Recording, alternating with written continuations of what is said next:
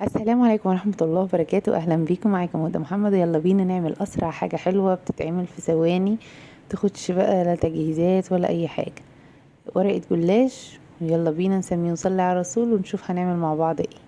الجلاش أو عجينة الفيلو عند اخواتنا الجزائريين والمغربيين. عجينة حلوة جدا بتتشكل بأشكال كتير جدا. هنعمله جلاش زي ما انتم شايفين كده بالشكل ده. يلا بينا نشوف هنعمله ازاي. اول حاجة جبت كوباية من السكر، عليها كوباية من المية، وهسيبهم يغلوا على النار 5 دقايق، وبعدين احط عصرة ليمون واسيبه يبرد على جنب. من اول ما يبتدي الغليان نحسب 5 دقايق. بكده الشربات بتاعنا هيكون جاهز. احنا عايزين شربات تقيل وبارد علشان الجلاش. شربات الكنافة والجلاش دايما بيكون بارد والحاجة سخنة، عكس البسبوسة الاتنين سخنين. تمام. هنسيب الشربات ده بقى على جنب يبرد ونبدأ نشتغل. نشوف بقى هنعمل الجلاش بتاعنا ازاي. طبعا الجلاش له طرق تشكيل كتير جدا جدا في منتهى السهولة والجمال. هنعمل النهاردة طريقة سهلة جدا جدا، ب10 دقايق تكون الحلو بتاعك جاهز وما بياخدش وقت وما بياخدش اي حاجة خالص. انا هقطع ورقة الجلاش كده بالعرض ل4 قطع او 6 قطع او 8 قطع على حسب حجم الوربات اللي انت عاوزاه. انا هعمله زي ما انت شفتوا في اول الفيديو كده، مثلثات صغننه كده ومورق وجميل جدا. تقدري تفتحيه وتحشيه اي حشوه انت عايزاها، تحشي كاستر، تحشي مهلبيه، تحشي قشطه، تحشي كريم شانتيه، تحشي مكسرات. تسيبيه كده وتاكليه فاضي. باي طريقه وباي شكل بتتشكل الوصفه دي وبتنفع وبتليق على اي حاجه. بس مهم ان احنا بنجيب عدد الورق بتاعنا زي ما احنا شايفين كده.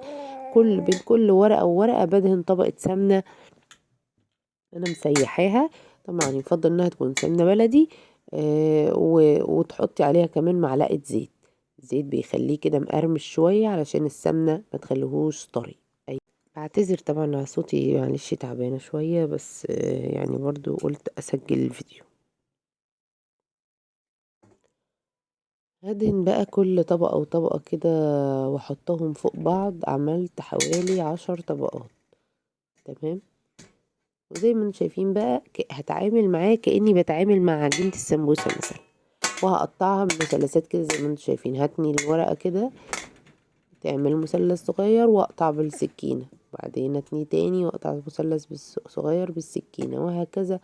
حجم المثلث بقى تقدري تصغريه وتكبريه بالشكل اللي انت عاوزاه وبالحجم اللي انت عاوزاه.